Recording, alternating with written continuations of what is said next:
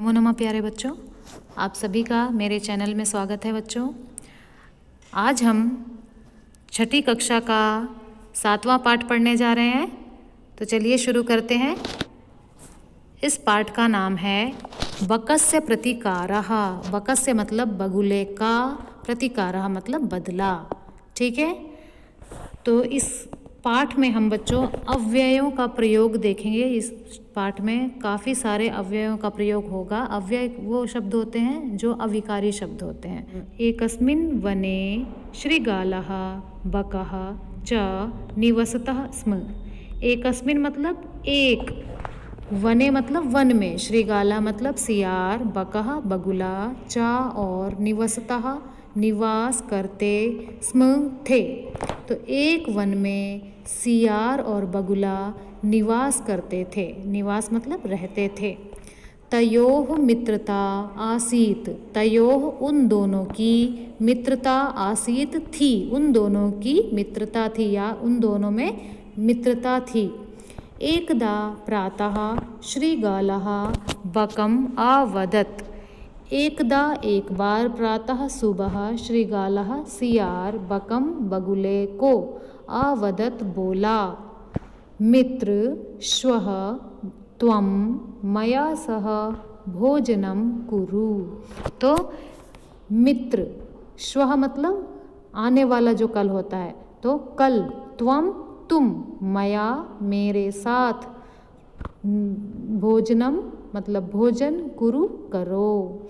तो एक बार जो है सुबह सुबह सियार ने अपने बगुले मित्र से कहा, क्या कहा कि हे मित्र, कल तुम मेरे साथ भोजन करो। तो आपको भी जब कोई फ्रेंड घर में खाने के लिए बुलाता है तो आपको भी खुशी होती है ना। उसी तरीके से श्रीगाल के द्वारा यानी कि सियार के द्वारा बगुले को बुलाए जाने पर बगुला बहुत खुश हो गया। ठीक है। अग्रिमे दिने सह भोजनाय श्रीगालस्य निवासम अगच्छत्। अग्रिमे अगले, दिने दिन में, सह वह, भोजनाय भोजन के लिए, श्रीगालस्य मतलब सियार के, निवासम मतलब घर में, अगच्छत् मतलब गया। तो अगले दिन वह कौन है यहाँ पे? बगुला। तो अगले दिन वह बगुला भोजन के लिए सियार के घर में गया। कुटिल स्वभावः श्रीगालः स्थाल्यां बकाय क्षीरोदनम अयच्छत्। और जो कुटिल स्वभाव वाला सियार था, स्थाल्यां मतलब थाली में, बकाय बगुले के लिए, क्षीरोदनम मतलब खीर, अयच्छत् मतलब दिया। तो जो कुटिल स्वभाव का सियार था, कुटिल मतलब जो जिसके मन में छल हो, ईर्ष्या भाव हो, तो ऐसे सियार ने जिसके मन में कपट था, उस सियार ने थाली में बगुले को खीर दी। ठीक है।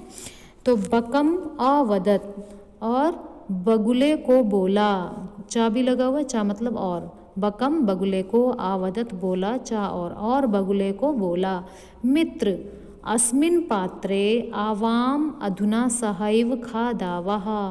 कि अस्मिन् इस पात्रे बर्तन में, आवाम हम दोनों, अधुना अब, सहैव साथ में ही, खादावः खाते हैं। तो क्या कहता है बगुले से कि मित्र इसी पात्र में, यानी कि कौन से पात्र में, उसने थाली में खीर परोसी थी ना, तो वो कह रहा है कि इसी थाली में हम दोनों अब साथ में ही खीर खाते हैं। ठीक है। भोजन काले बकस्य चंचुः स्थालीतः भोजन ग्रहणे समर्था न अभवत्। तो जब भोजन का समय आया, भोजन काले, भोजन के समय में, बकस्य चंचुः बगुले की जो चोंच थी, स्थालीता मतलब थाली तक, थाली से भोजन ग्रहण करने में समर्थ नहीं थी, क्योंकि उसकी चोंच लंबी होती है ना बच्चों, तो वह थाली में परोसा गया खीर नहीं खा सकता था। अतः बकः केवलम क्षीरोदनम अपश्यत्। और अतः इसीलिए बगुला केवल क्षीरोदनम खीर को देखता रहा। श्रीगालः तु सर्वं क्षीरोदनम अभक्षयत्। और जो सियार था वह तो मतलब होता है तो, सियार तो सारा खीर खा गया। नेक्स्ट, श्रीगालेन वंचितः बकः अचिंतयत्। सियार के द्वारा अनदेखा किया गया बगुले ने सोचा। वंचिता मतलब अनदेखा करना, ठीक है। तो बगुले ने अचिंत्यत मतलब सोचा। यथा अनेन मया सह व्यवहारः कृतः तथा अहम अपि तेन सह व्यवहरिष्यामि। यथा जैसा, अनेन इसके द्वारा, किसके द्वारा? सियार के द्वारा, मया मेरे, सह साथ में, व्यवहारः कृतः व्यवहार किया गया है, तथा वैसा ही, अहम मैं, अपि भी, तेन इसके साथ, व्यवहरिष्यामि व्यवहार करूँगा।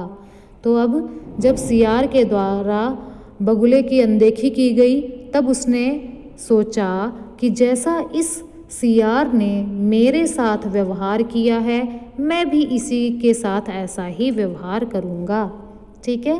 तो एवं चिंतयित्वा, ऐसा सोच करके, सह श्रीगालम अवदत्, उसने सियार को कहा, मित्र त्वम अपि श्वः सायं मया सह भोजनं करिष्यसि, कि तुम अपि भी श्वः कल सायं शाम को मया मेरे साथ, सह मतलब साथ में, भोजन करिष्यसि मतलब करोगे। तो वो भी क्या कहता है सियार से कि हे मित्र तुम भी कल शाम को मेरे घर आना और मैं भी तुम्हें भोजन करवाऊंगा, हम दोनों साथ साथ भोजन करेंगे।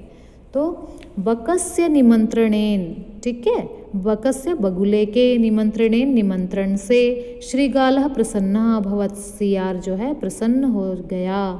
यदा श्रीगालः सायं बकस्य निवासं भोजनाय अगच्छत् तदा संकीर्णमुखे कलशे क्षीरोदनम् अयच्छत्। तो जब सियार शाम को बगुले के घर में, निवासम घर में, भोजनाय भोजन के लिए आगच्छत जाता है, तदा बकहा तब बगुले ने, संकीर्ण मुखे मतलब पतले मुख वाले या सकरे मुख वाले कलश में खीर दी। तो जब सियार शाम को बगुले के घर में भोजन के लिए गया तब बगुले ने सकरे मुँह वाले कलश में खीर दी।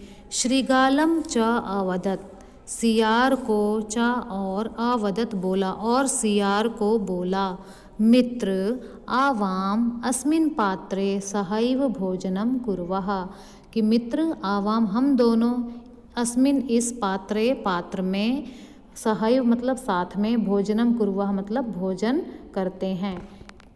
तो बगुले ने भी उसको यही बात कही जैसे सियार ने बगुले से कही थी कि मित्र आओ हम दोनों इसी पात्र में साथ में भोजन करते हैं।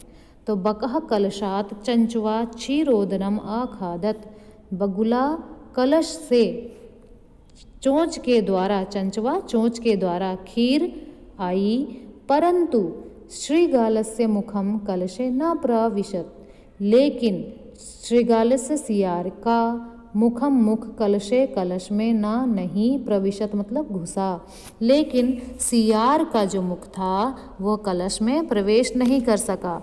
अतः बकः सर्वम क्षीरोदनम अखादत, इसीलिए बगुले ने सारी खीर खाई।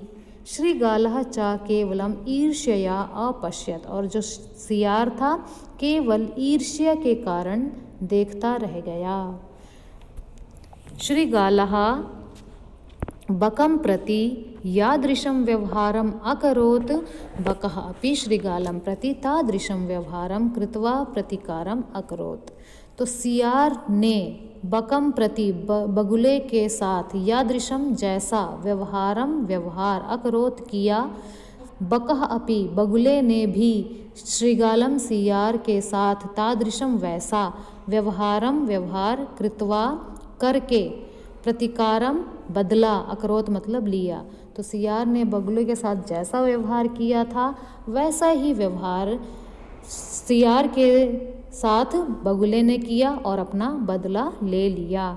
उक्तमपि कहा भी गया है, आत्मदुर्व्यवहारस्य फलं भवति दुःखदं तस्मात् सद्व्यवहर्तव्यं मानवेन सुखैषिणा। तो आत्म दुर्व्यवहार से मतलब अपने आप दुर्व्यवहार करने का फल दुखद होता है। ठीक है, जब हम अपनों के साथ दुर्व्यवहार करते हैं, बुरा व्यवहार करते हैं, तो उसका जो फल होता है वो दुखद ही होता है, मतलब हमें बुरा फल ही मिलता है। अगर हम किसी के साथ बुरा करते हैं तो हमें बुरा फल ही मिलता है। तस्मात् इसीलिए सद्व्यवहर्तव्यम सही व्यवहार करना चाहिए। मानवेन सुखैषिणा, मानवेन मतलब मानव के द्वारा, सुखैषिणा मतलब सुख की इच्छा करने वाला, सुख चाहने वाला। तो इसीलिए सुख चाहने वाले मनुष्य के द्वारा हमेशा सही व्यवहार करना चाहिए या अच्छा व्यवहार करना चाहिए। तो आशा करती हूँ कि आपको ये पाठ समझ आया होगा और अगली कक्षा में हम इसके अभ्यास कार्य करेंगे। ठीक है बच्चों, तब तक के लिए धन्यवाद।